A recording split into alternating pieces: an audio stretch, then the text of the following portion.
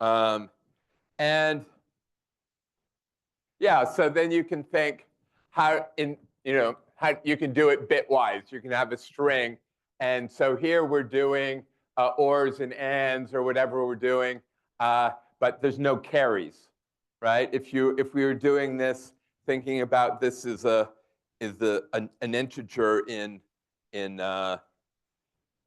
base 2, there would be carries, but here we're just doing the columns separately, right? So that's a common operation to do in computer science. All right. So now I have a bunch of slides here to tell you what we're not doing in this course. All right. And the reason, actually, when I first taught this, I was kind of going over it with my girlfriend, and she kept saying various things, which meant that she was not on the right page. All right?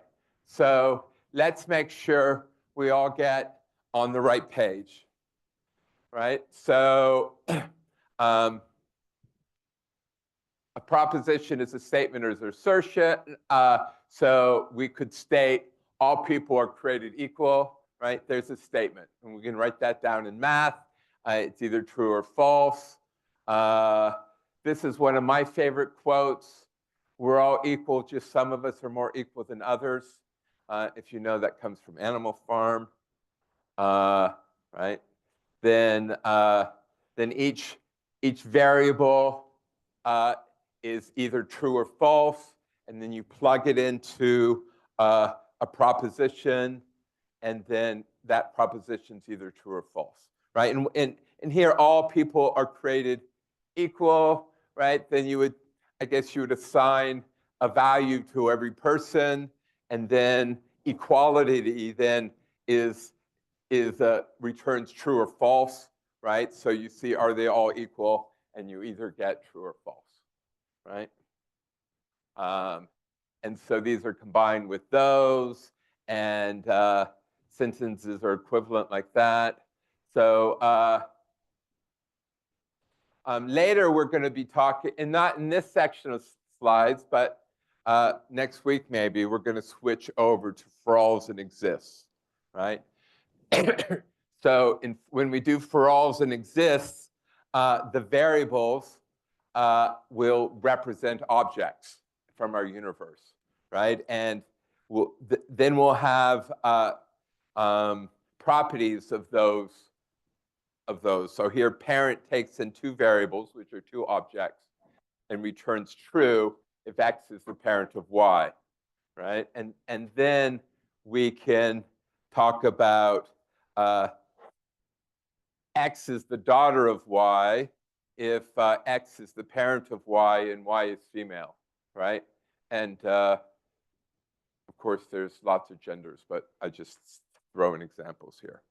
All right, so here you could make various statements, alpha and beta, and we don't know whether it's true or not, right? Depending on which universe you're in, right? And this is saying you might think that these statements aren't black and white, that there's real subtleties to things in the universe, and that's not what we're doing, right? Things, you might want to talk about things being black or white, but we're not doing that, right? In our logic, every variable given a particular universe, the variable is either true or false, right? And it's true or false whether or not we know it's true or false. And why might we not know the value of a variable is because we don't know which universe we're in, right? I could be in the universe in which the sky is blue. I could be in the universe and the sky is gray. We don't know until we go outside, right? Right, in each universe, it's either blue or it's gray. All right? Oh, there's no gray. Well, that's, you know what I mean. All right. So you might say you hope it to be true, right? But it has no meaning in this class, right? It's either true or false. We're not doing hope, right? We're not doing I think it's true, right? It's either true. There are other logics, and where you can model belief and stuff, right? But we're not going to do that, right? You can't say I hope it to be true, I believe it to be true. It's either true or false. Yeah.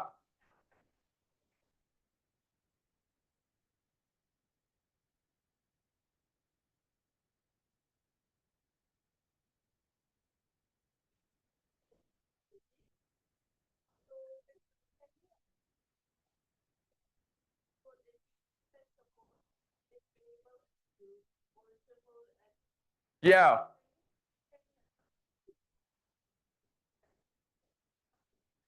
Yeah. Yeah, you're getting way ahead of us, but yeah, you can try the variable to be true, and then you try it being false, and you can do branching like that, and we're going to get to that later. All right.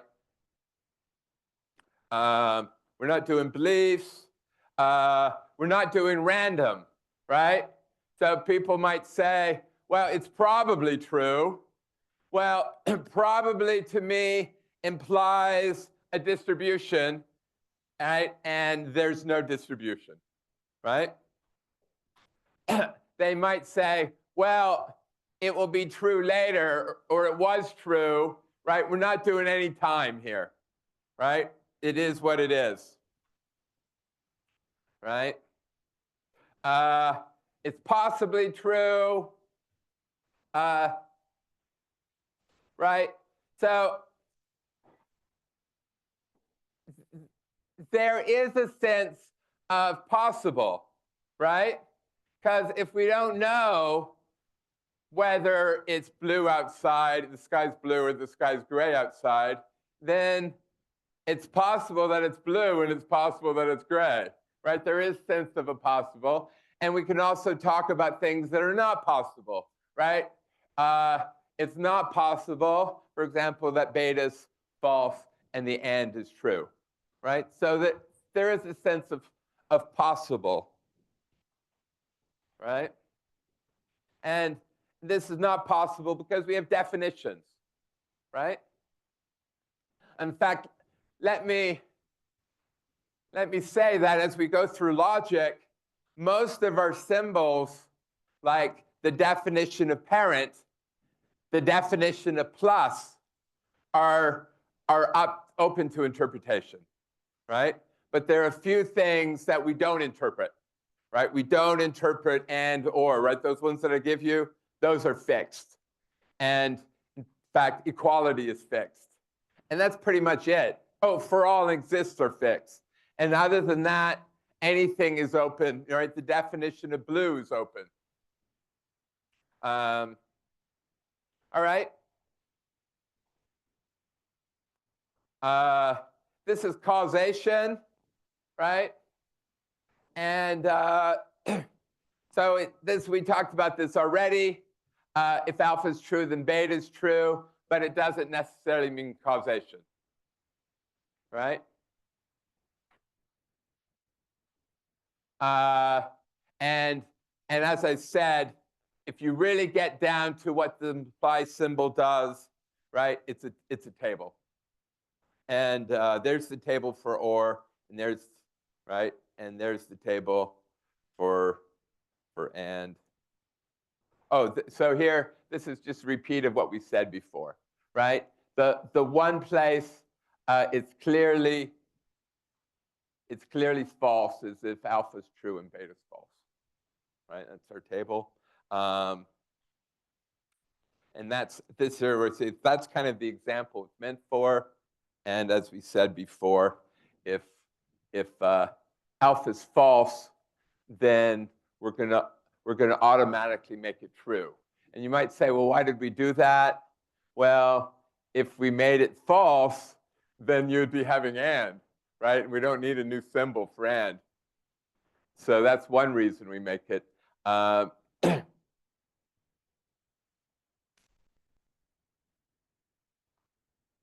So, so when alpha is false, we make this statement true, right? And people get confused about it. So let's just sort of, I said it already, but let's say it again, right? If we have the question, if it's a hound, then it's a dog, right? And if it's a hound and it's dog, then the statement is true, right? And if it's a hound and it's not a dog, then the statement is false. And if you don't know, this is Elvis singing Hound Dog. And if it's not a hound, right, then we still make the statement true, right? And if it's not a hound and it's not a dog, right, we still make it true. So then you have to remember that, right? Because that was obvious, but it gets a little, maybe it's a little bit more subtle here, that if our thing here is pink, if it's not an elephant, but it is pink, right? The statement that if it's an elephant, then it's pink is still, it's still true, right? Because in our universe, it's sort of like in our universe, what our thing is an elephant, and it is pink. And so now the statement that if it's an elephant, it's pink is true, right? People following this? This goes back to, you might want to interpret the symbols to, no, being an elephant doesn't make you pink, right? But there's no for all statements even. It's just saying we're talking about, we have a particular value of our variables, and our variable happens to be elephants false and pink is true. And so we evaluate elephant implies pink is true, right? People see what I'm saying here? I just put this in so that, because this is kind of where people get confused about this statement, right? And you should just do it by table lookup, right? Just, if we have this banana, then that, if our universe has a banana, then elephants imply pink is true, right? So it's a little confusing. And as I say, it's all about the table, right? All right, so here's another example. If you take 2101 with me in the afternoon, then we're going to be doing preconditions and postconditions, all right? So the precondition of this problem is that we're given a bunch of numbers, and the postcondition is that we return the maximum of them, right? So so we can think about this implies as a contract, right? The contract says, if the world gives me an input that meets the precondition, then my code needs to produce the postcondition, right? So the preconditions are the assumptions that must be true about the input. The post is what must be true about the output. Here's some code. And the client, if he gives me an input that meets the precondition, then by the contract, I have to meet the postcondition, right? Everybody's happy, right? If the client gives me an input that doesn't meet the precondition, then what do I need to do? Right? I can do anything I want, and no one's going to claim that the contract's failed, right? In computer science, you might want to be polite about it, but it meets the contract, right? The only way to break the contract if the input meets the precondition and the output doesn't meet the postcondition, right? Everybody get this example? It's pretty straightforward. All right, so I've already been talking about kind of universes, right? So here are different ways of thinking about a universe. In our topic right now, all our variables are true, false, right? So what is a universe? It's simply an assignment to the variables, right? The outside, it's either gray or it's blue. That's the universe tells us the assignment to the variable. Later, in the next section, as I said, we're going to be talking about objects and properties of the objects. So the universe is going to tell you a lot more. It's going to tell you what your objects are. Maybe your objects are real. Maybe they're people. It's going to tell you the relation people. It's going to tell you who's a person, who's a parent, who's not, right? So the model is going to tell you all of those things. And I think I might have said this already. George told me that you don't teach about models. And I'm like, what are we doing if there's no models, right? It all boils down to if it's a tautology, if it's true in every model. And if we don't talk about models, then what does it mean to be a tautology, right? All right. So we're talking about universes. So there's a universe, right? And in this universe, sentences are either true or false, and we need to figure out what's true and false in the universe, right? Why don't we know what's true and false? Because we don't know which universe we're in, right?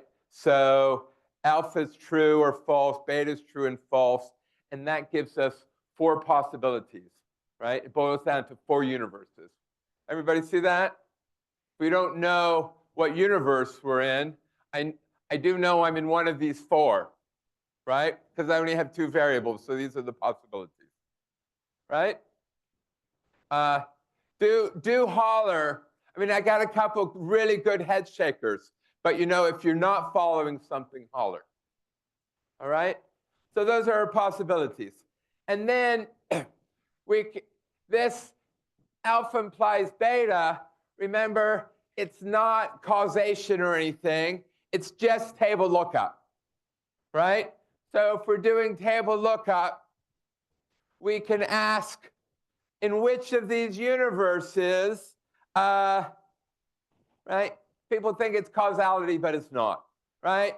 Just use the table, right? So you look up at the table, and it tells you in which ones it's true and which ones it's false. And the only one it's false is when alpha is true and beta is false, right? That's the only one that's false, right? So in each universe, we know how everything evaluates, right? But we don't know which universe we're in. Everybody got that? All right. So suppose I tell you, right, we're not going to be able to prove anything useful about the universe until I tell you some things to begin with.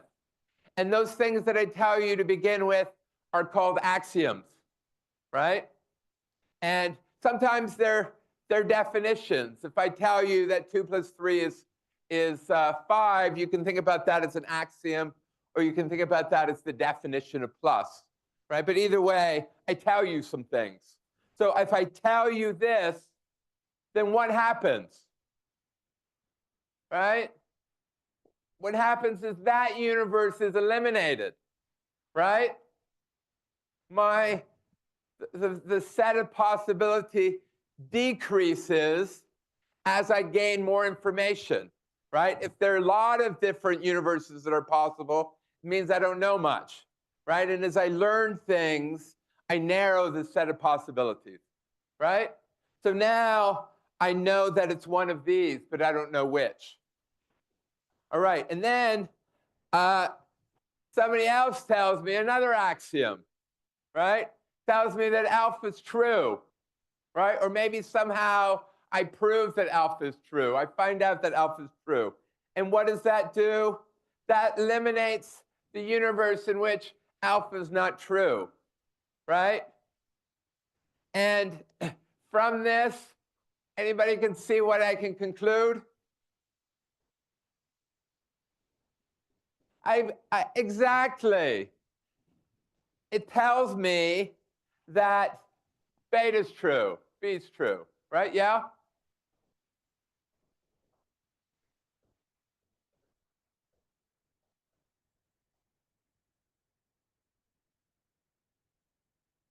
Well, because we're saying values of alpha and beta, right? So here alpha's false, and here's alpha's false, right? So before we eliminated this one, because in this one alpha and beta implies beta is false. So here it's false. So we eliminated that universe because we know alpha implies beta is false. And if we know alpha is true, then that eliminates this one and this one, right?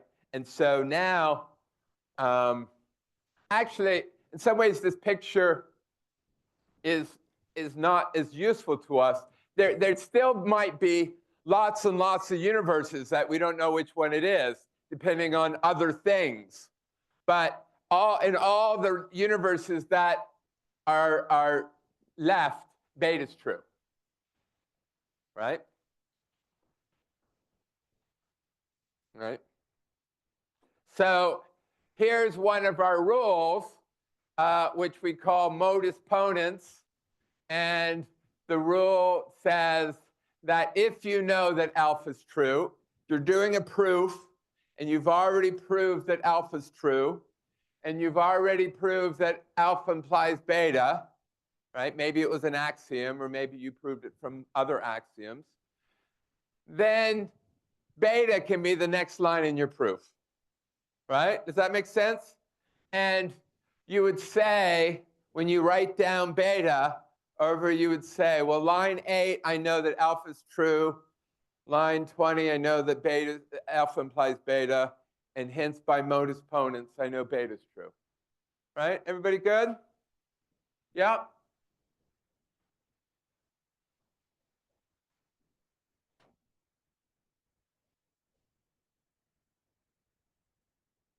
Hmm?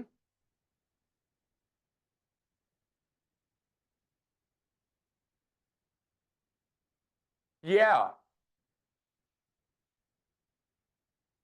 Yeah. Thank you for asking that question. That's a great question.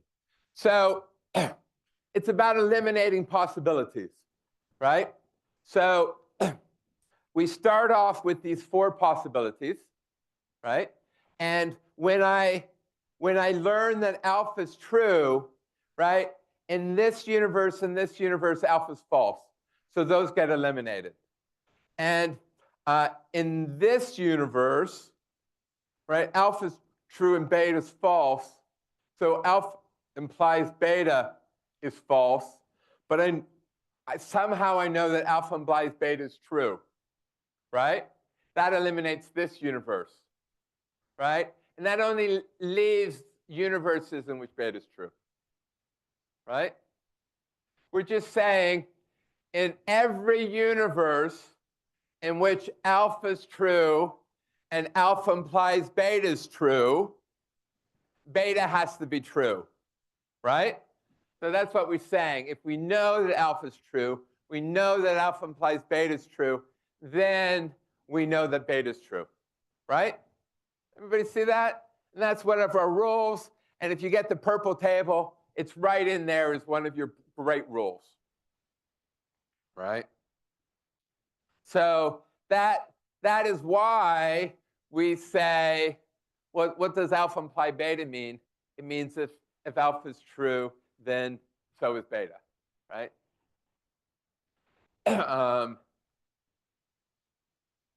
Right, so this is what we've kind of implied already. A sentence is a tautology or valid if it's true in every possible universe, right? And if I'm not mistaken, by looking at George's book, tautology is when you over true and false and or, and valid as soon as you get vowels and exists in there. But that nuance, I don't think we need to worry about, right? So, but one nuance you should get is the sentence true or false? Depends on which universe you're in, right? And it's a tautology, or it's valid if it's true in every universe, right? Does that make sense? So here, right, this is again, right, all these universes, and we can narrow it down. All right. Everybody good? All right. So one thing that students find, everybody finds hard, is translating English into math. And I think I said I've never, yeah, have I? Well, at the first time I really was forced to do that wasn't so much teaching this, but teaching 1019, right? In 1019, they do a lot more of that. And so these next slides I actually added when I was teaching 1019 and came out of the book. And if you want, I stole the 1019 book, and pages of it are linked to the homepage if you want them. All right, so how do you express P implies Q, right? So if you're reading English and it says if P then Q, then you can translate that to P implies Q, right? Or you can shorten it if PQ, right? You can say P implies Q. You can say, this is a more subtle one. P is sufficient for Q. What does that mean? Is I'm really wanting to prove that Q's true, right? What do I have to do to prove that Q's true? Well, it's sufficient to prove that P is true, right? It's enough, right? Does that make sense? If I do P, then I've done enough, and I get Q. People kind of follow that one? Yeah, everybody's good, right? Q is true if P is true, right? That's just sort of putting them in a different order. Q is true whenever, right? In any, I mean, that's saying Q is true in any universe in which P is true, right? Q follows from P. Q when P. So now we're moving over to, all right, so this one is even more subtle. P is true only if Q is true, right? Right? P is true only if Q is true. I mean, that one I had to, you know, if you remember the if and only if, right? You know that the if is going one direction, alpha implies beta, and then the only if is going the other direction, right? But I get muddled when I see P only if Q, right? So let's try to understand it, right? So one thing that we haven't covered yet, but we might have made some reference to it, that it's equivalent to, well, so what does this say? P only if Q. It's kind of saying if Q's not true, right, then P's not true, right? Because P is only true if Q's true, because if Q's not true, P's not true, right? Does that kind of make more sense when you write it down like that? People kind of get this, right? It's only true if Q's true. Why? Now this isn't, note, this isn't saying if Q's true, P's true, right? It's just saying the only times you have any hope in hell of P being true is if Q's true. Why? Because when Q's not true, P's not true, right? Does that kind of make sense? And I I really do have to muddle through it myself, right? And then that's the same as this, right? There is this converse, contrapositive. This says converse. I think it might be contrapositive. Anyway, why are these the same? Well, suppose P implies Q. Well, if Q is not true, well, then P can't be true, because if P was true, then Q would be true, right? So these are, I think we call it contrapositive, but I have converse here, so maybe it was in the book, right? So we can keep going. Q is necessary for P. Yeah, so I guess that's the same, because if Q is not true, then P is not true, right? So Q is necessary, right? And in fact, you also hear something is the if and only if will say sufficient and necessary, right?